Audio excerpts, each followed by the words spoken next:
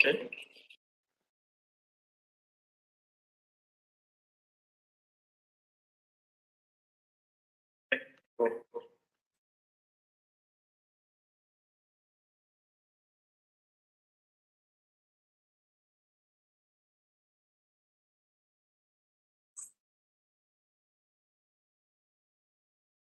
Right, I think we can.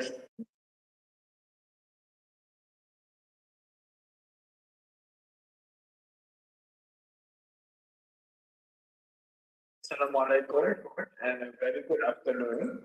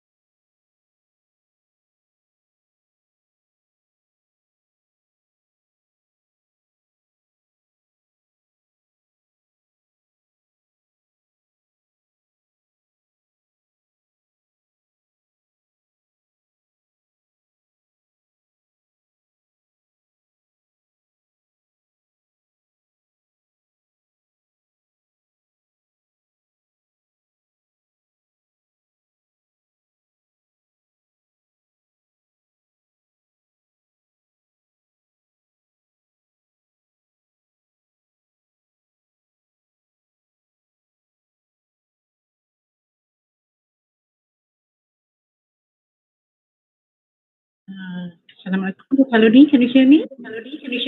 Yes. How are you, Dr. Sally? I'm good. I'm so sorry.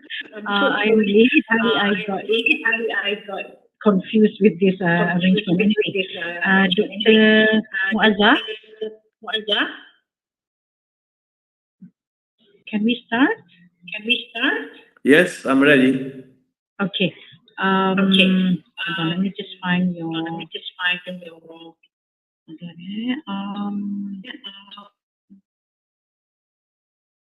Or is there any? I need to read your bio data. Okay. Okay, thank you.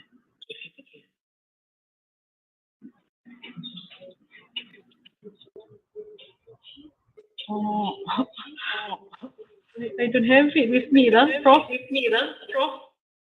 Maybe I can just read the Yes, no problem. I think I can. It's okay. We can gain time, and I can introduce the topic quickly. Okay. No problem. Yes. Over to you then, Prof. Okay. Should I start? Yes, please. Thank you. So I would like to thank you, Dr. Sally, Dr. Yusuf, for inviting me for this conference. I would have liked to be with you, but I think hopefully I'll be able to share with you some of our results online, and I'll be happy to take some question at the end of the talk. So my name is Mohamed-Slim Alouini. I'm a professor of electrical and computer engineering at King Abdullah University of Science and Technology, KAUST. We are about 1 hour north of the city of Jeddah, in a small village called Tuwal. We have been in operation for the last nearly now 15 years, so we are not new anymore. And I basically work in the area of wireless communication. Today, I would like to share with you some of our research results in the area of global connectivity. And basically, we would like to advocate for making sure that we connect the remaining 3+ billion who are currently either unconnected or underconnected. So, let me. So, as you know, we are aggressively deploying 5G worldwide. I'm sure this is happening also in your part of the world. And we work on a 10-year cycle, which means as we deploy 5G, research-wise, many of the research groups worldwide in academia and industry are working on what is going to be beyond 5G or 6G. 6G network are supposed to be deployed by the early 2030s. And of course, a lot of research efforts are focusing on basically pushing the envelope, trying to go for higher data rates, lower latency, higher capacity of user coverage, in order to enable some of the applications I'm showing in the slide in front of you, like autonomous cars, remote surgery, virtual reality type of gaming, and so on and so forth. So this is going on now, and there is a lot of activity in my research community on developing basically beyond 5G communication network and systems. So obviously, there is another important aspect that is going on that we tend to forget, is that there are still many areas in the world where people are either unconnected and underconnected. According to the last statistics, we are talking about 3 billion people, so who are, as I said, unconnected, which means they don't have any connection, or underconnected, which means they just have a very basic 2G type of connectivity, which means that they cannot benefit or they cannot take advantage of all the benefits that come with broadband connectivity or internet.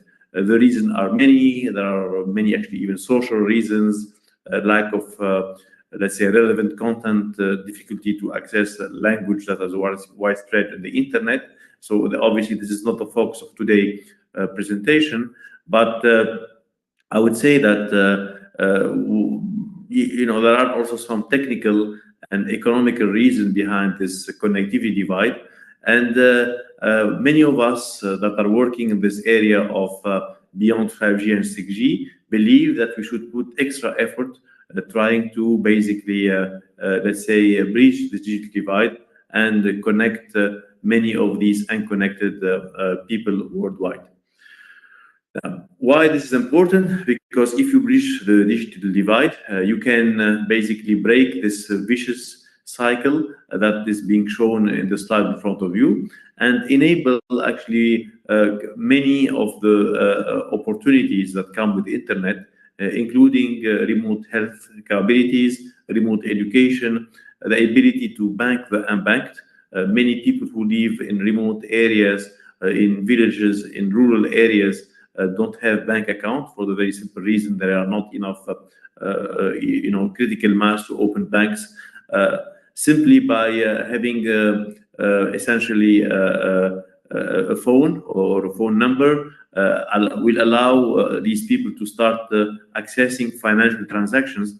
And in a way, globally, what we are doing when you bring connectivity to an area, you can bring economic prosperity. The same way you bring economic prosperity when you link through, let's say, a road or a train connection, a remote area to an urban, let's say, setting. So that's why it's important to connect more and more area worldwide.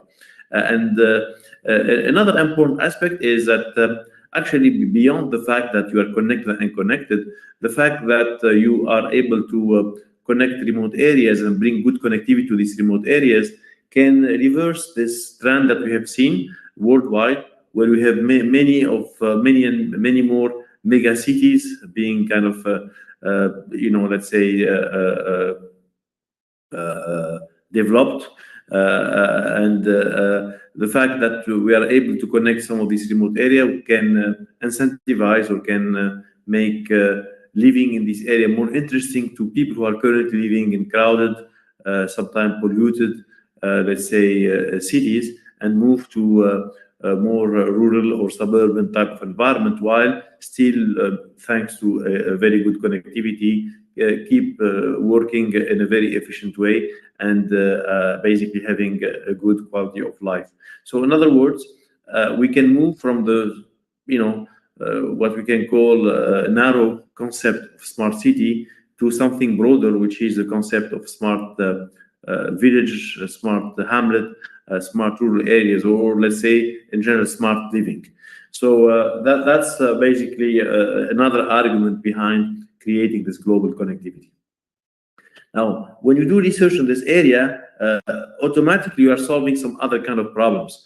So for instance, as you know, those of us who are very well connected, we can lose this connectivity anytime because of a natural or a man-made disaster.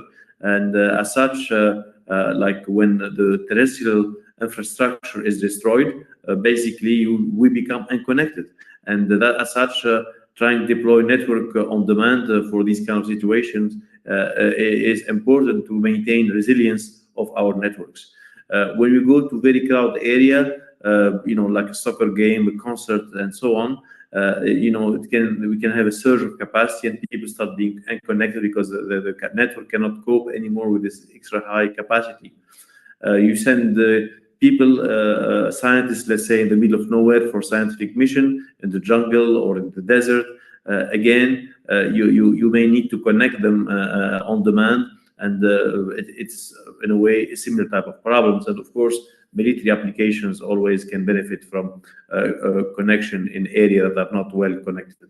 So, bottom line, this is a little bit the objective of the work, and within that, I would like to focus on one particular aspect, which is the backhaul challenge, which is summarized in this diagram. So if you see the quality of experience, quality of service as function of the cost per user in remote low population density area, you notice that, of course, you can choose to deploy optical fiber cable, which is what we do in urban areas, but it doesn't make much business sense to basically lay hundreds, if not thousands of kilometers of fiber to reach a very sparse, often low-income rural areas. So that's why optical fiber are very good for urban environment, but they tend to make no business sense, or there is essentially no right business model or no enough return on investment when you try to connect remote areas.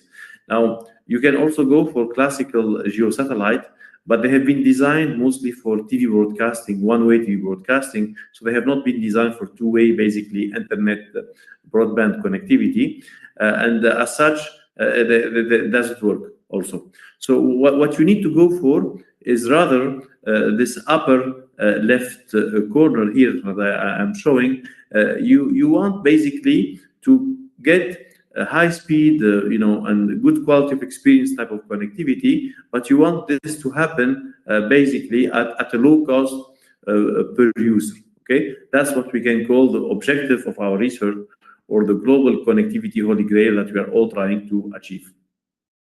Now, the way you can do that is by designing network in a completely different way that they are designed in urban environment. In urban environment, you try to densify, you try to go for small cells, because there are a lot of people that you can connect within areas that are very highly densely populated. But when you go to these rural areas, in the contrast, you need to create very big cells, macro cells. The bigger it is, the better it is, because you have a very few scattered users that you are trying to capture or connect within your coverage area with the single base stations. One way of doing that, you can reuse basically TV towers, and then basically with TV towers using, let's say, front pitch type of spectrum, UHF, VHF spectrum, you can essentially create cells of tens of kilometers of radius. If you don't have TV towers, or you don't have basically the right kind of landscape in terms of having towers on the top of hills, you can create your own basically tower in the sky by relying, for instance, on these tether balloons or tether aerostat. They are basically tethered because the tether is there to provide power and to provide, let's say, a backhaul connectivity to a point of presence on the ground. And with that, you can attach a base station to this tether balloon and create a cell of, let's say, tens of kilometers again around this balloon. Now, there has been also quite a bit of interest in developing high altitude platform station, in short, HAPS. These are flying platforms in the stratosphere at an altitude of 20 kilometers above basically atmosphere. And essentially, you can again attach a base station to them. And with that, you can basically have a coverage of up to 200 kilometer radius, which is great. So with a single base station, you can connect quite a bit of area underneath. Now, of course, the ultimate solution to get great coverage is to use the very high throughput, basically satellites. It can be MEO, LEO, or GEO satellites. But the whole point is that with satellite, you get the greatest coverage. This comes at the expense of a certain extra latency, but that's the beauty of satellites. These are giving you backhaul anywhere in the world. They are still a little bit expensive, but they are the way to go long term to provide this global connectivity. And as you may have heard in the news, there is quite a bit of a race now between a variety of satellite providers. I'm talking here about, let's say, Starlink of SpaceX, or let's say OneWeb, or Lightspeed, or Amazon Kuiper. All of these are emerging networks of LEO mega constellation that are after global connectivity. Now, in short, this area of research falls under integrated space, air, ground networks. So basically, it's this idea of having these three layers collaborate together to provide global connectivity. So we are talking about ground, which is the standard terrestrial network; air, all kind of drones, balloons, HAPS type of networks; and space, which means, again, this family of LEO, MEO, or GEO satellite constellation that also be helpful to connect people worldwide. So this integration is the way to go to provide global connectivity. So I would like to add to that there is another interesting technology that can be quite helpful. This is basically a technology that is motivated by the fact that essentially we are running out of spectrum. As you know, as wireless telecom engineers, we have always to keep in mind that spectrum is a very scarce resource. And we are pretty much getting into a spectrum exhaustion type of situation as we keep kind of launching more and more applications. But the spectrum is not limited to the RF spectrum. There is quite a bit of spectrum in the optical band. And the idea is to rely on this optical band to deploy, let's say, laser communication type of links. This is known as free space optics. It's a quite mature technology. It's pretty much the ultimate way to transmit at super high speeds for terrestrial or aerial or space type of application, with the problem that it faces a few challenges, in the sense that it's well known that free space optic is very subject to weather conditions. It has to be done in condition where we have perfect alignment and tracking type of capabilities. And for these reasons, it has not been always very popular from a deployment perspective for terrestrial networks. However, in the context of space and area networks, there is probably a great opportunity for free space optics. So as you see here in the graph in front of you, this is a paradigm where free space optics can provide a great opportunity. So you have this satellite here, and basically this satellite is acting as relay. So in one side, you have the user side, where basically you have these beams. So these beams are kind of hopping. They can be moving around for these kind of next generation of very high throughput satellites. Every beam can carry, let's say, 10 gigabit per second. This beam can be multiplexed in the satellite, and they have to kind of use a feeder link. Currently, we are using Ka-band feeder links. This Ka-band is being exhausted. Some of it is going to probably go to mobile communication. Some other part is going to start being used for the mobile user side. So the objective here is to start relying on optical feeder link or free space optical feeder link. These are feeder link that can carry terabit per seconds. Obviously, this is great capacity. However, it comes with some limitations, in particular if you have cloud on the way or atmospheric turbulence. And as such, you need to have a network of optical gateway station on the ground. So basically, if you are blocked from one particular location, you can pick the signal from another location. So this is being developed. There's quite a bit of work on this area now. And the same concept can be used also for, not only for satellite, but also for high altitude platforms or hubs. So you can have multi-beams. Some beam can be assigned to rural areas, some other beam to offloading urban areas, some beam to maritime environment or airplanes. And the whole thing can be backhauled through an optical feeder link.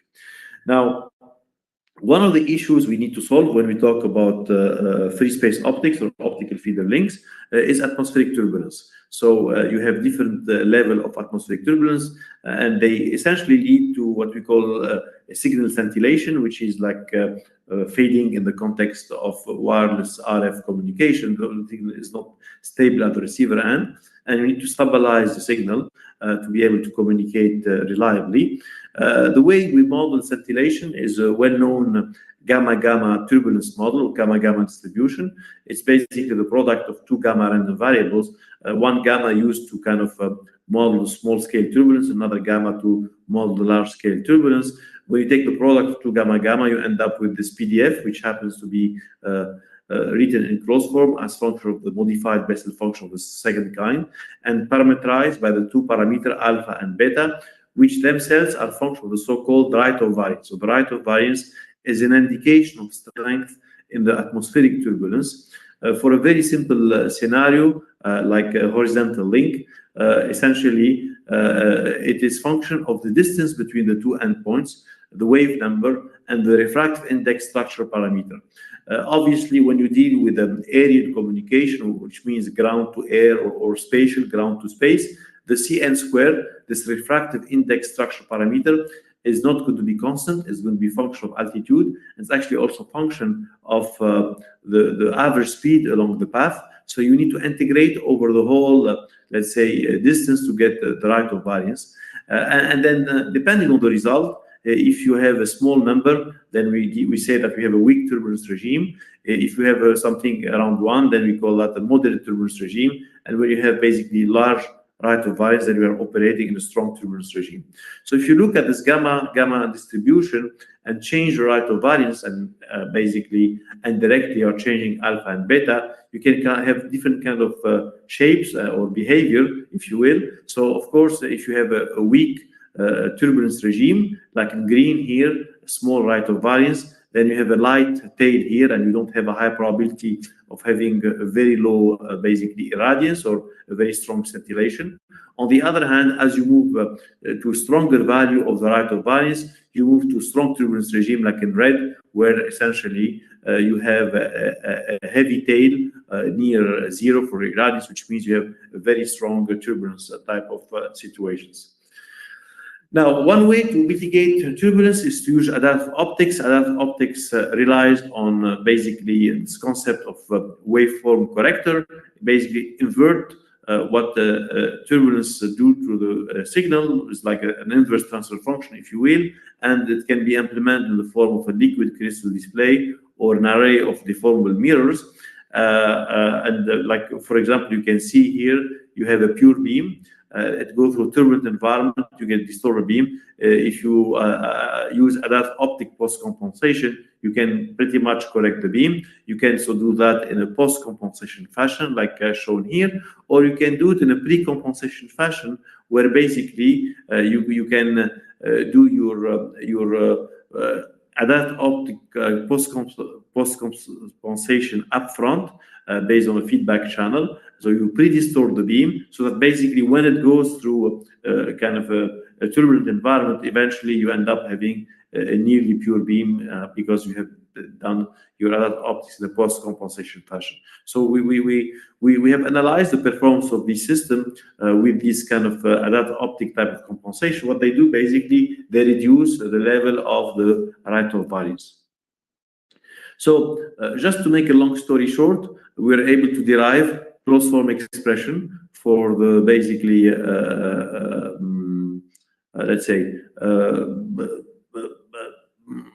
all kind of ground to air, ground to space communication, subject to either gamma or even log normal fading, and subject to pointing error. So something I didn't mention a lot so far is one of the other problems that free space optics suffers from is that you need to maintain a very high level of pointing and alignment between receiver and transmitter, but often you have to deal with some level of misalignment that can be modeled by a variety of models. So we use here the Hoyt model. It's a model assuming that you have vibration that have basically zero mean in both vertical and horizontal dimension, but essentially they may have a different strength in this vibration, and that's why we call it unbalanced vibration between the horizontal and vertical dimension.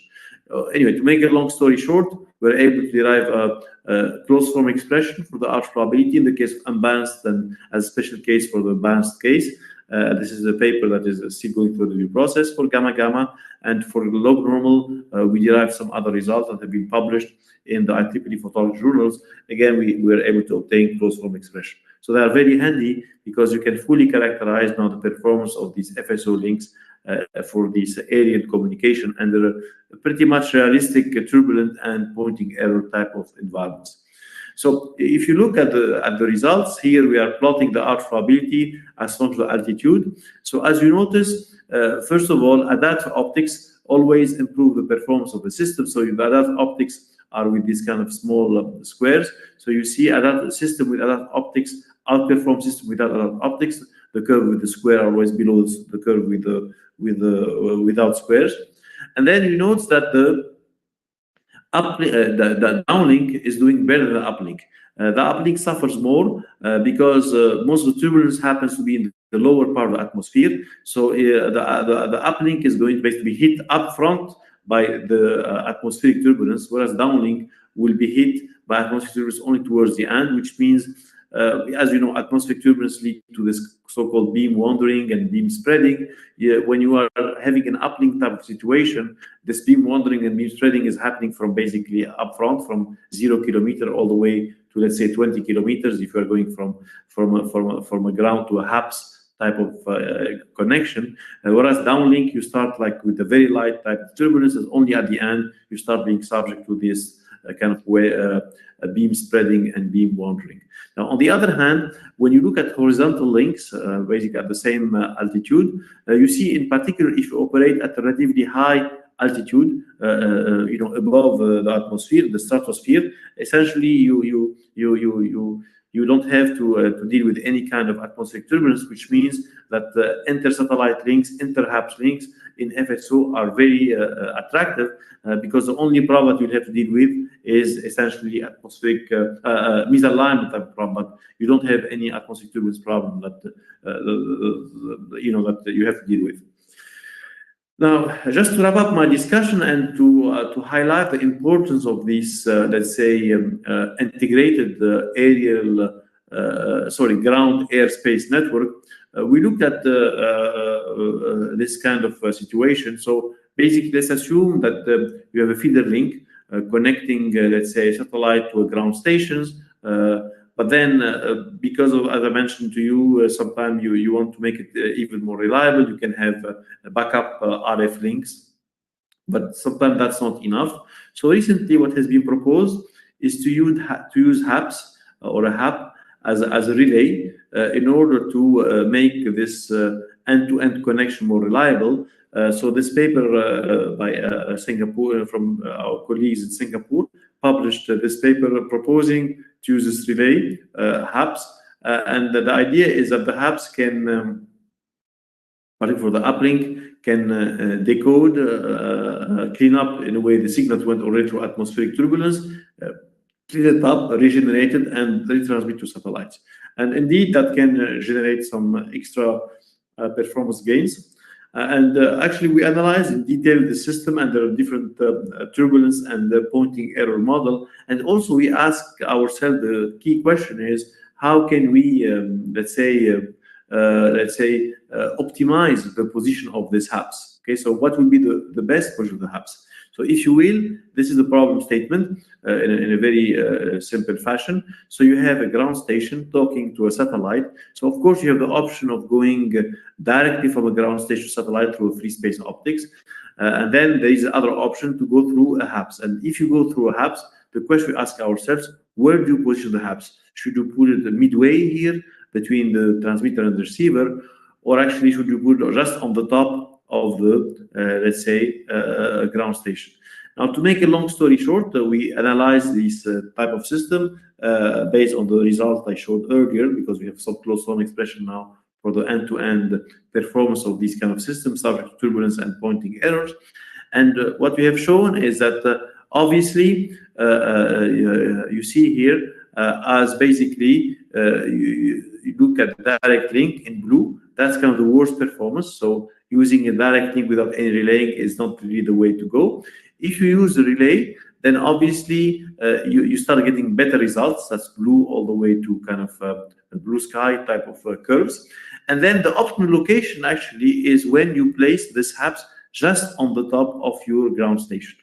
So it's kind of maybe a little bit counterintuitive. You may want to put the HAPS midway here, but that's actually give you the worst performance in red, like if it's like 40 degrees. But if you go all the way to 0 degrees zenith angle, which means this, you make this 0, which means the HAPS is just on the top of this ground station. This is what you get. They get the best performance, and the reason is essentially by putting the HAPS just on the top of the ground station, you minimize your basically let's say turbulence, and you basically make the signal as stable as possible. And as such, although you are suffering from a slightly more path loss, overall you are end-to-end fashion, you are making some gains. So that's a good lesson, is like basically integrated network give you better performance, and in particular if you optimize their deployment, you can basically get the ultimate benefit of these integrated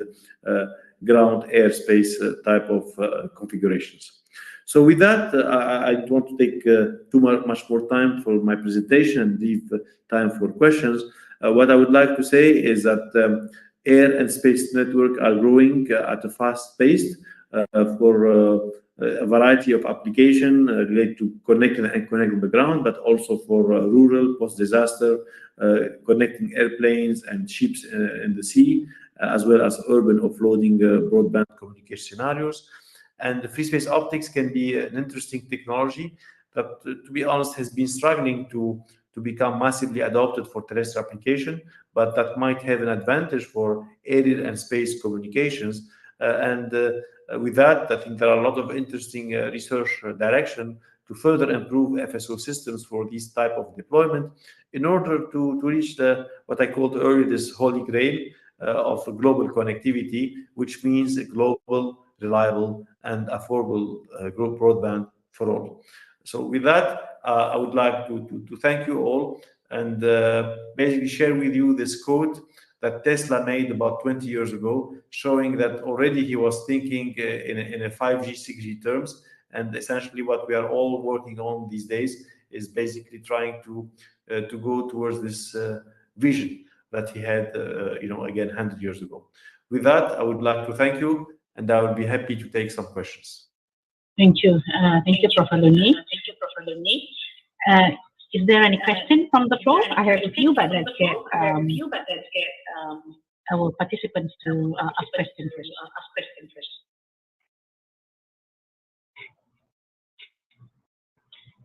Okay, we're waiting before you come up with your own question. Prof, when you mentioned about space, air, ground communications, right? What do you think about the issues? Because you highlighted about the weather-related information. So especially if we are suffering from the tropical region, especially in terms of wind attenuation. Is there any possibility to encounter this issue? Yeah, of course. I mean, that's what I was. I mean, this is an important aspect. Atmospheric, like from 0 to 20 kilometers, you have the atmosphere. You have all kind of problems: rain, fog, turbulence, and of course, when you talk about millimeter wave type of connection, this is very much affected by rain. Free space optics tend to be less affected by rain, but affected by turbulence, by clouds, by fog. So actually, the ultimate solution is to have this hybrid type of deployment, like hybrid FSO RF, where basically they back up each other and they can complement each other.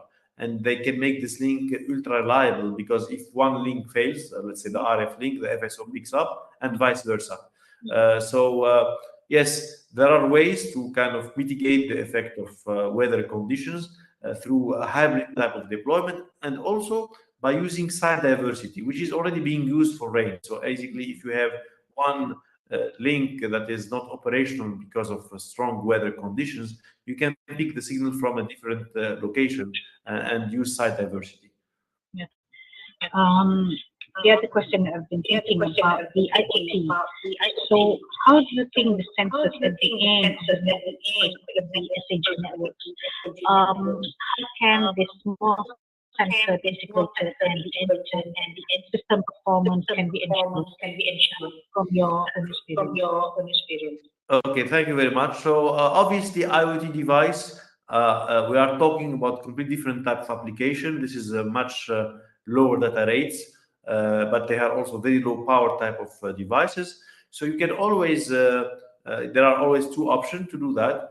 You can have gateway on the ground that act as relays. So basically, this IoT device don't talk directly to a satellite or to a HAPS. They talk to a terrestrial gateway using LoRa or narrowband IoT.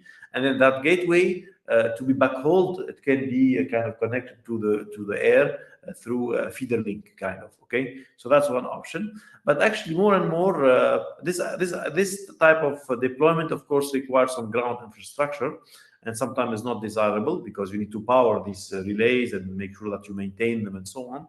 So often there is now an interest in deploying basic direct IoT to space type of networks, which is more challenging, but it's not impossible. You probably heard about companies like OQ who are developing these IoT device directly to LEO constellations. You can also deploy IoT to HAPS with the lower coverage areas. But the point is that there are very slow data rates. So we are talking about like few kilobits per second. And the budget link allows you to connect directly to a HAP or to a LEO satellite from the ground if you are just doing IoT type application, which is different than broadband connectivity in the megabit per second that we need for internet browsing. Okay, so IoT in a way is a simpler problem, but often we want to also make sure that the IoT device have a long lifetime because they have limited power, etc. So you want to deploy the right kind of you want to use the right deployment to maximize the lifetime, battery lifetime of your IoT device. Yeah, we experience that issue here in Malaysia when we want to deploy, especially in remote areas, and we want to connect the IoT device direct to the satellite. A lot of issues, a lot of configuration. There are some companies who are doing that. I can send you some examples if you're interested. So so it's feasible, and again depends what type of data rates you're looking for. Okay. I think we have a question from Prof. Yusuf. Yes. How are you, Professor Yusuf? Assalamualaikum. Good afternoon. Thank you. Oh, it's Dr. Kaizuran. Okay. Okay. I'm Kaizuran, just laptop of Yusuf. I just want to ask Prof. Muhammad. Yes. We have 5G service and also C-band satellite signal. And there is research about coexistence interference between C-band and also 5G signal at 3.8 gigahertz. What do you think about this coexistence from Muhammad, about the mitigation or any possible way to avoid that interference? Yeah. So I think what you are talking about is the uplink of LEO satellite communication operating at 28 gigahertz, interfering with the 5G band that is also have been allocated 28 gigahertz, right? So the problem, I think, is mostly I would say I mean, there is obviously a coexistence problem, and one way to kind of solve this issue is to put some protection zones. So in other words, the 28 gigahertz basically satellite are going to be placed, gateway are going to be placed in very well-known location. Okay? They are not arbitrarily located. They are not moving around, basically, right? There are uplinks or the downlink, but 28 is I think the uplink. So bottom line, around that gateway, you need to have some silence region.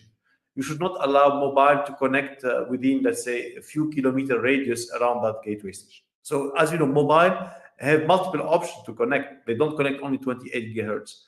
So when they are outside this so-called silence region, they can connect to any kind of band, including 28 gigahertz. But then when they come close to the gateway, like within a few kilometers, automatically the network has to be programmed such as they should not basically connect at 28 gigahertz and pick other bands. So in other words, it's kind of that's the only way to maintain a coexistence, to minimize the interference between these two networks, and capitalize on the fact that you know exactly the location of your gateways and can determine the region around this gateway where mobile should not use 28 gigahertz to avoid creating interference between these two networks.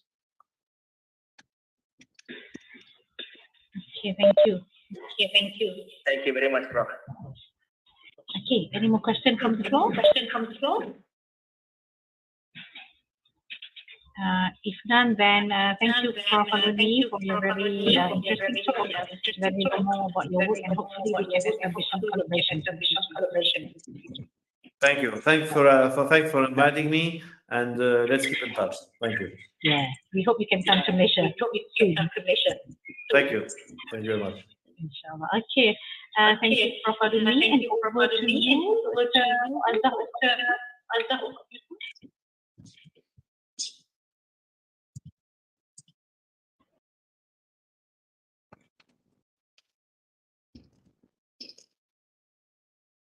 Thank you very much to continue our contribution to our transition here for Keynote.